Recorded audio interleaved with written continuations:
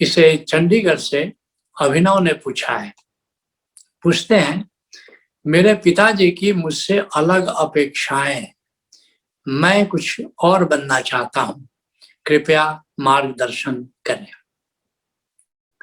पहली बात कि जो भी परिवार में है वो सब तुमसे अपेक्षा करते हैं और तुम भी अपने परिवार के लोगों से तो अपेक्षा करते हो। मगर एक बात ठीक से याद रखो कि कोई किसी की अपेक्षा पूरी नहीं कर सकता, क्योंकि पहली बात, एक अपेक्षा पूरी कर लो दूसरी अपेक्षा पैदा हो जाती है, दूसरी पूरी करो तो तीसरी अपेक्षा पूरी हो जाती है, पैदा हो जाती है। तो इसलिए ये तुम सोचते हो कि पिताजी की अपेक्षा जो तुमसे है वो एक नहीं है, एक पूरी करोगे फिर दूसरी फिर तीसरी, तो और अपेक्षा पूरी भी कर दो तो फिर नई अपेक्षा पैदा हो गई।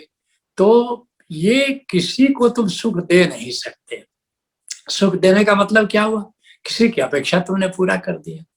तो सुख जो है कोई किसी को नहीं दे सकता और दुख भी कोई किसी को नहीं दे सकता। याद रखो, सुख और दुख हमारी अपनी खोज है, सुख और दुख हमारी अपनी डिस्कवरी है। इसलिए हमारा ऋषि कहता है, सुखस्य दुखस्य न कोपि दाता, सुख और दुख का देने वाला कोई दूसरा नहीं है। परो ददाति इति विमूढ़ चेता, दूसरा सुख दे सकता है कि दूसरा दुख दे सकता है, ये मूर्ख व्यक्ति ऐसा सोचता है। तो इस बात को तो भूल ही जाओ कि हम दूसरे को सुख या दुख दे सकते हैं या दूसरा हमें सुख और दुख दे सकता है।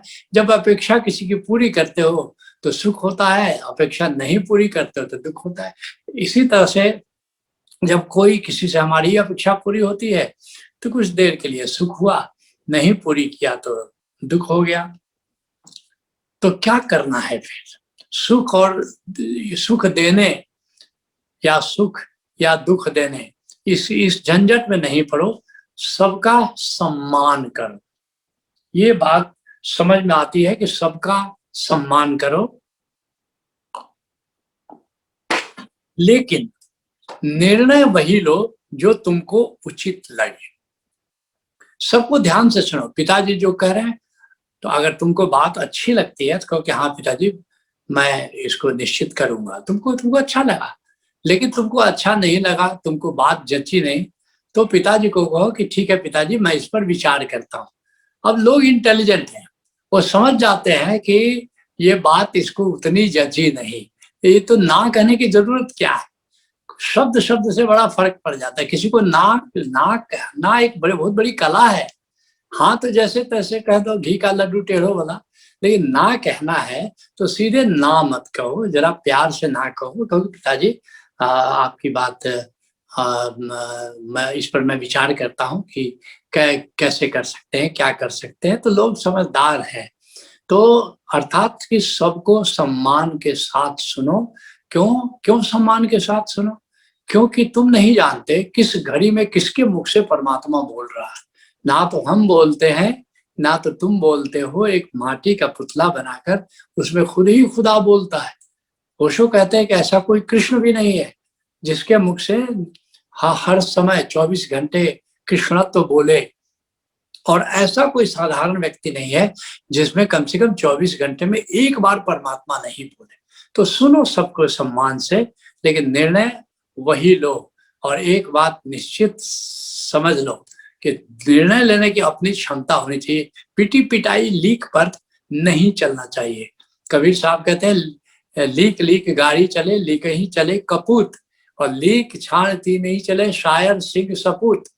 तो सपुत्र जो होता है वो लीक पर नहीं चलता, लीक से हट करके चलता है।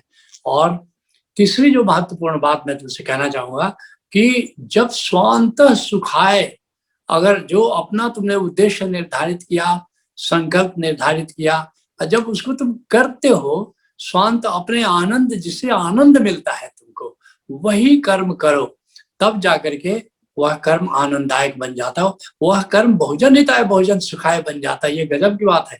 हमारे आचार्य सेशंस लेते हैं, मैं पूछता हूँ तुम्हें सेशन लेने में मजा आया? वो कहते हैं हाँ बहुत मजा आया। उनके बाद सबको मजा आ गया। फिर मैं ये नहीं पूछता हूँ कि लोगों को मजा आया कि नहीं।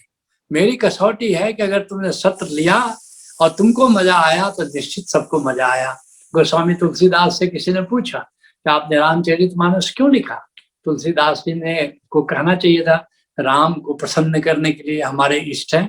नहीं, ऐसा नहीं कहा स्वांत सुखाय तुलसी रघुनाथ गाथा, मुझे आनंद आया, अपने आनंद के लिए हमने रामचरितमानस की रचना की। और आज देखो वो रचना बहुजन हिताय बहुजन सुखाय होगी। आज भारत में घर घर में तुम रामायण देखोगे तुलसीदास की। जो चौथी महत्वपूर्ण बात है कि जो स्व यथार्थ बोध, ये मैस्लो ने 7 मोटिवेशन बनाए हैं जीवन जीने के, 7 मोटिवेशन, 7 प्रेरणाएं, और ये हमारी 7 आवश्यकताओं पर निर्भर है। जैसे पहला है भौतिक आवश्यकता, तो उसके लिए हम कर्म करने की प्रेरणा मिलती है। फिर दूसरा है भोग की आवश्यकता, सुविधा वगैरह की के लिए। और तीसरा है सिक्योरिटी एंड सेफ्टी के लिए, सुरक्षा के लिए। चौथा है प्रेमाकांक्षा, प्रेम के लिए। और फिर 5वां है बिलोंगिंगनेस, जो लोग अपने हैं उनके लिए कुछ करने का भाव आता है। छठा है एस्टीम, यश के लिए, कीर्ति के लिए। और फिर 7वां है सेल्फ एक्चुअलाइजेशन, अर्थात हमारे भीतर जो प्रतिभा है उसको विकास करने के लिए हम कुछ कर्म करते हैं। तो हाईएस्ट जो मोटिवेशन कर्म का है वो है स्व यथार्थ बोध, हम जो हो सकते हैं, हमारी जो फ्लावरिंग अल्टीमेट हो सकती है, उसके लिए कर्म करें।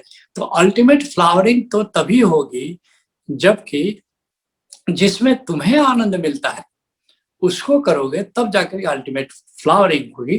तो जरूरी है कि जो तुम्हारे भीतर प्रतिभा है वो तुम बेहतर जानते हो, तो इसलिए उसके लिए कर्म करो। और ये तभी हो सकता है जो ये तुम्हारा चुनाव है, जब कर्म तुम्हारा चुनाव है, उद्देश्य तुम्हारा चुनाव, कैरियर तुम्हारा चुनाव हो।